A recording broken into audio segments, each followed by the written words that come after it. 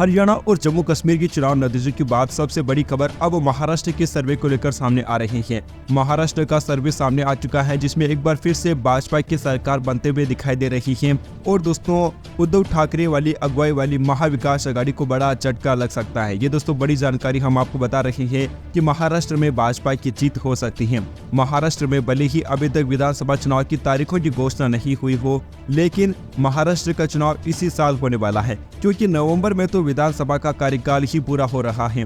महाराष्ट्र में मुख्य रूप से महाविकास आघाड़ी, जिसमें कि कांग्रेस, शिवसेना, उद्धव गुट और एनसीपी का शरद पवार गुट शामिल है, और महायुति जिसमें बीजेपी, एनसीपी और शिवसेना है, इनके बीच प्रमुख मुकाबला है। इस बीच दोस्तों एक सर्वे सामने आ चुका है, जिसमें चुनाव में काफी कड़ी टक्कर देखने को मिल रही है, लेकिन भाजपा की जीत हो सकती है। दोस्तों, सर्वे में सबसे महत्वपूर्ण मुद्दा क्या है? सबसे महत्वपूर्ण मुद्दों में दोस्तों सीएम उम्मीदवार सबसे महत्वपूर्ण मुद्दा है, जिसमें 29% लोगों ने माना है कि मुख्यमंत्री का उम्मीदवार कौन होगा, यह सबसे महत्वपूर्ण मुद्दा है। गठबंधन को 23% लोगों ने महत्वपूर्ण मुद्दा बताया है, जबकि सरकार की कामकाज को 11% लोगों ने मुद्दा बताया है। किसानों से जुड़े मुद्दे को 5% लोगों ने मुद्दा बताया है, जबकि 9% लोग रोजगार को बड़ा मुद्दा मानते हैं, और अन्य कई मुद्दे हैं जिनमें 23% लोग सहमत है। आदिवासी वोटरों का पसंदीदा गठबंधन कौन है? इस सवाल के जवाब में ये महाविकास आघाड़ी जो है वह आदिवासी वोटरों का सबसे पसंदीदा गठबंधन है।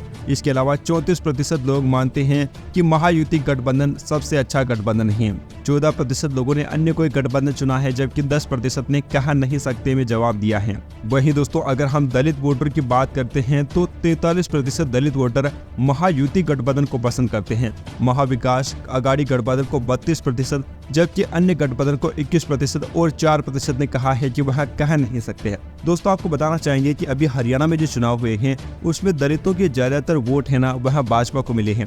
लोकसभा चुनाव में भले ही कांग्रेस पार्टी और विपक्षी पार्टियों ने आरक्षण जैसे मुद्दों को उठाकर दलितों का वोट ले लिया था, लेकिन हरियाणा के चुनाव में वोट नहीं ले पाए थे, और महाराष्ट्र में भी हमें कुछ ऐसा ही देखने को मिल रहा है। अगर दोस्तों सीएम चेहरे की घोषणा पूर्व में की जाए, जैसे कि महाविकास आघाड़ी की अगर हम बात करते हैं कि घोषणा कर दी जाए, क्योंकि अभी तक तो मुख्यमंत्री एकनाथ शिंदे हैं, लेकिन आने वाले चुनाव में कौन होगा यह किसी को पता नहीं है। तो दोस्तों सर्वे में सवाल पूछा गया है कि अगर सीएम के चेहरे की घोषणा पहले ही कर दे तो क्या इसका लाभ होगा या फिर नुकसान होगा? सबसे पहले बात करते हैं कि अगर महाविकास आघाड़ी के सीएम चेहरे की घोषणा पूर्व में हो तो क्या प्रभाव पड़ेगा।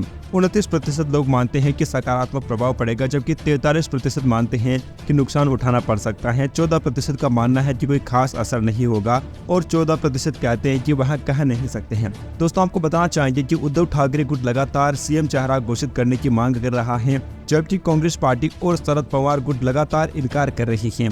और दोस्तों सर्वे में भी सामने आ चुका है, 43% लोग मानते हैं कि अगर सीएम के चेहरे की घोषणा पहले की जाती है तो उन्हें नुकसान उठाना पड़ेगा। इसी प्रकार से दोस्तों महायुति गठबंधन को लेकर जो सर्वे आया है उसमें 43% लोग मानते हैं कि सीएम चेहरे की घोषणा पहले की जाती है तो इसका सकारात्मक प्रभाव पड़ेगा, यानी कि बीजेपी गठबंधन को फायदा होगा, जबकि सिर्फ 30% मानते हैं कि नुकसान उठाना पड़ सकता है। 18% का कहना है कि कोई नुकसान नहीं होगा। अगर दोस्तों सीएम एकनाथ शिंदे के कामकाज को लेकर मत जाना जाए तो 39% लोग मानते हैं कि उनका कामकाज बहुत ही अच्छा है। 23% मानते हैं कि उनका कामकाज औसत है, जबकि 21% लोग ऐसे हैं जो कहते हैं कि बिल्कुल भी अच्छा नहीं है, और 17% लोगों ने माना है कि कह नहीं सकते हैं।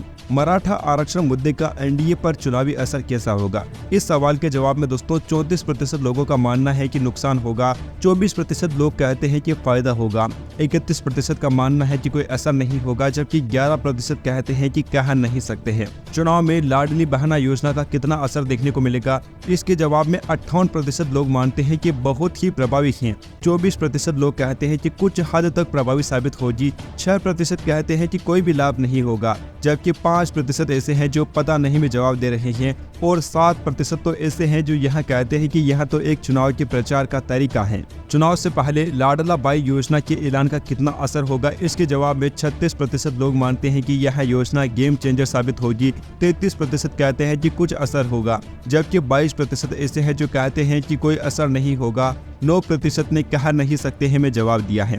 सबसे पसंदीदा अगर मुख्यमंत्री की बात करते हैं तो दोस्तों एकनाथ शिंदे जो हैं वह सबसे पसंदीदा मुख्यमंत्री इस समय पर हैं। 37% लोगों की पहली पसंद एकनाथ शिंदे हैं, जबकि उद्धव ठाकरे को 21% लोग पसंद कर रहे हैं। देवेंद्र फडणवीस को भी 21%, शरद पवार को 10% और अन्य को 11% लोग पसंद कर रहे हैं। दोस्तों अभी आपको बताना चाहेंगे कि अभी हाल ही में जब हरियाणा में चुनाव हुए थे तब बताया जा रहा था कि कांग्रेस पार्टी की एक तरफा जीत हो सकती है, लेकिन कांग्रेस पार्टी चुनाव हार गई थी, जिसके बाद उद्धव ठाकरे की शिवसेना ने कांग्रेस पर जमकर हमला बोला था और कहा था कि जीत को हार में बदलना कोई कांग्रेस पार्टी से सीखे।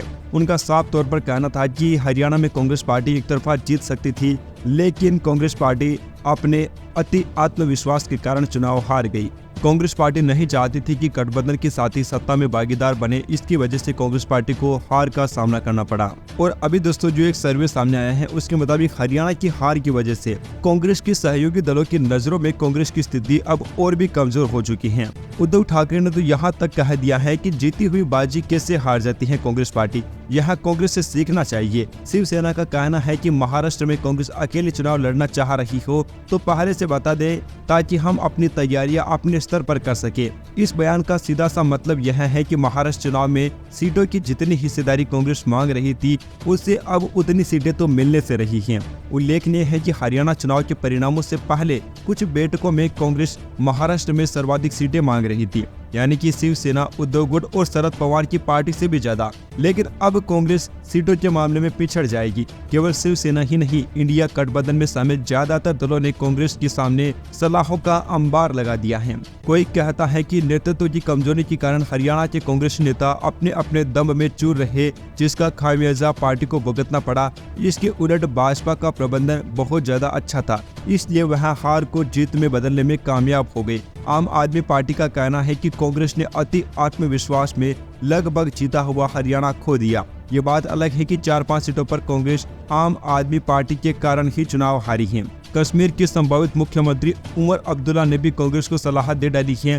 उन्होंने कहा कि हरियाणा की हार का सही और गहराई से विश्लेषण करके गलतियां नहीं सुधारी गई तो कांग्रेस को आगे भी नुकसान उठाना पड़ सकता है। सलाह देने में तृणमूल कांग्रेस भी पीछे नहीं रही। उसका कहना है कि कांग्रेस पार्टी अहंकार के कारण चुनाव हारी है। क्षेत्रीय दलों को हीन दृष्टि से देखना उसकी आदत है, यही वजह है कि वह अब जीती हुई बाजी तक भी हार जाती है।